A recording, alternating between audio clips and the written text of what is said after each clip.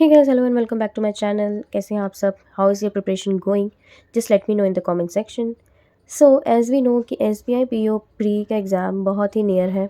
जो डेट्स हैं वो एग्ज़ामिनेशन की 17, 18, 19 और 20 है. मेरा जो एग्ज़ाम है वो 20th को है फोर्थ शिफ्ट में.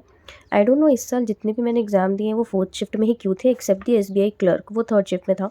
But most of the examinations I have given in fourth shift. Anyways, so in last के 3-4 दिनों में अगर वी कंसीडर कि 17 को आपका एग्ज़ाम है या 18 को भी है, इन चारों में से किसी भी डेट को है, तो ये सारी टिप्स आपके लिए वर्क करेंगी. फ़र्स्ट ऑफ़ ऑल, आपका एग्ज़ाम अगर 18, 19 या 20th को भी है, तो भी आप ट्राई करना कि अपना जो रिवीजन है मैक्सिमम वो 16 तक ख़त्म कर लो. मतलब अगर आपको लगता है कि किसी कॉन्सेप्ट में अगर आप अभी भी थोड़े-थोड़े चीज़ें भूल रहे हैं, रिवाइज़ करने की ज़रूरत पड़ रही है, रिवाइज़ करने की नीड है, तो आप उसको 16 तक निपटा लो और according to your examination date आप फिर सिर्फ और सिर्फ प्रैक्टिस पे फोकस करना. अभी के लिए आप 2 मॉक्स लगा सकते हैं. कुछ लोग तो 3-4 मॉक्स भी लगाते हैं, बट मॉक्स का फ़ायदा तभी होता है जब आप उसका एनालिसिस भी करो. या तो सेम डे कर लो, या फिर सेम डे एनालिसिस में कुछ बच जाए तो उसको नेक्स्ट डे ज़रूर कंप्लीट करो, बट एनालिसिस करो. करंट अफेयर्स ना अभी के लिए ऑप्शनल है. अगर आप अभी प्री पे फोकस करें, क्योंकि अगर आपको लगता है कि प्री मेरा निकल जाता है तो there is no issue at all. But अगर आपको लगता है कि प्री थोड़ा सा मेरे लिए मुश्किल है, तो अभी आप उसी पे फोकस करो. करंट अफेयर्स आप प्री एग्ज़ाम के बाद भी कर सकते हो. अभी के लिए कोई भी नया टॉपिक स्टार्ट करने की ज़रूरत नहीं है, क्योंकि इससे क्या होगा, इसमें आपको एक तो कॉन्फिडेंस नहीं होगा, दूसरा इतना टाइम नहीं है कि आप उस चीज़ को स्ट्रॉन्ग कर सको. अब आपने जितना पढ़ लिया है ना, बस उसी को पढ़ते रहो, उसी से अपने मार्क्स निकालने की कोशिश करो. अब 3 कैटेगरीज़ में स्टूडेंट्स फ़ॉल करते हैं, जिसमें 2 उनके ऑलमोस्ट सही स्कोरिंग सब्जेक्ट्स होते हैं और 1 तो उनका वीक होता ही होता है. हम यहाँ उनकी बात नहीं कर रहे हैं जिनके तीनों ही सब्जेक्ट्स बहुत स्ट्रॉन्ग हैं.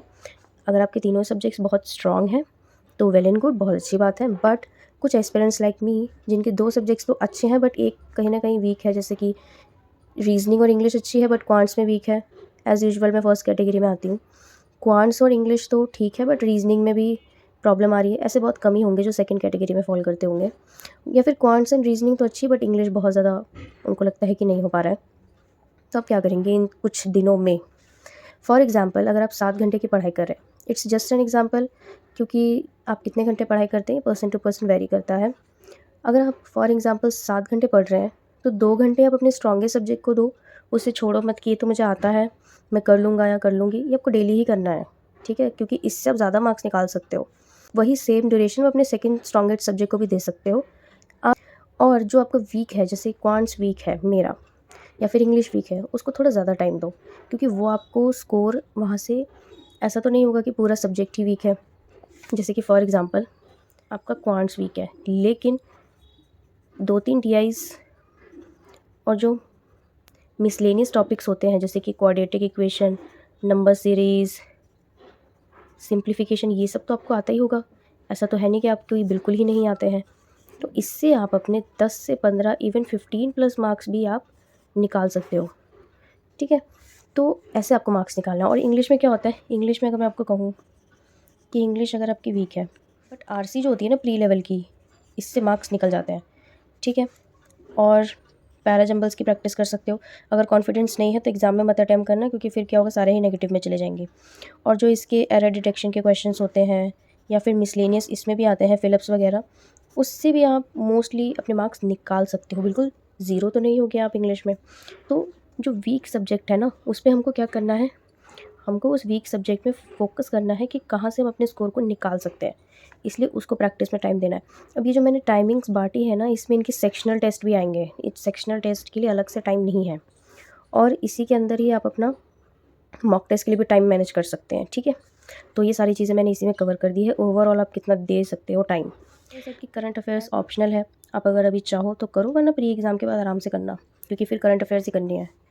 अब जो फुल टाइम एस्पिरेंट्स है वो एक दिन में शायद 4 सब्जेक्ट्स मैनेज कर लेते हैं, बट अगर हम वर्किंग हैं जैसे कि मैं हूँ, तो सारे के सारे सब्जेक्ट्स एक दिन में करना ना पॉसिबल नहीं होता. तो आप क्या करें, उसके लिए आप एक रूटीन बना लो. जैसे कि फॉर एग्ज़ाम्पल मेरे 2 सब्जेक्ट्स हैं जो ठीक ठाक है, मैं कहूँगी, जिससे मेरे मार्क्स आ जाते हैं. और क्वांट्स में मुझे थोड़ा सा लगता है कि यार अभी भी उतना अच्छा नहीं हुआ है. तो मैं क्या करती हूँ, ऑल्टरनेट डेज़ पर कैसे स्टडी करती हूँ, तो मैं क्या करती हूँ, इनको ऑल्टरनेट डेज़ लेके चलती हूँ। कभी रीजनिंग के साथ क्वांट्स का कॉम्बो, नेक्स्ट डे इंग्लिश के साथ क्वांट्स का कॉम्बो। मतलब क्वांट्स तो मेरा रेगुलर चल ही रहा है, ये तो मैंने स्किप किया ही नहीं, ये करना भी नहीं है, क्योंकि क्वांट्स में आप डीआई और जो स्पीड मैथ्स के क्वेश्चंस होते हैं उससे आप अपने मार्क्स निकाल सकते हो, ठीक है। क्योंकि अरिथमेटिक के लिए बहुत कम लोगों के पास टाइम बचता है, लेकिन ये आपको करना ही करना है, अरिथमेटिक लास्ट में करनी है। तो अभी ऑल्टरनेट डेज़ लेकर मैं चल रही हूँ, reasoning and quants, English and quants, reasoning and quants, English and quants, ऐसे लेके चल रही हूँ, जिससे क्वांट्स मेरी रोज़ होती है। और रीजनिंग और इंग्लिश क्योंकि मेरे ठीक है, तो मैं इसे ऑल्टरनेट ले रही हूँ, क्योंकि 4 सब्जेक्ट्स यानी इंक्लूडिंग करंट अफेयर्स नहीं पॉसिबल।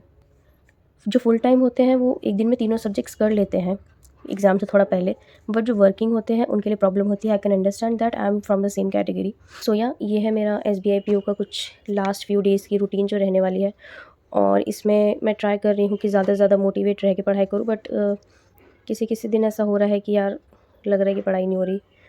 तो आई होप आप की तैयारी बहुत अच्छी चल रही होगी। कोई भी डाउट्स है, सजेशंस है, तो you can comment down below, and या do subscribe to my channel. Thank you.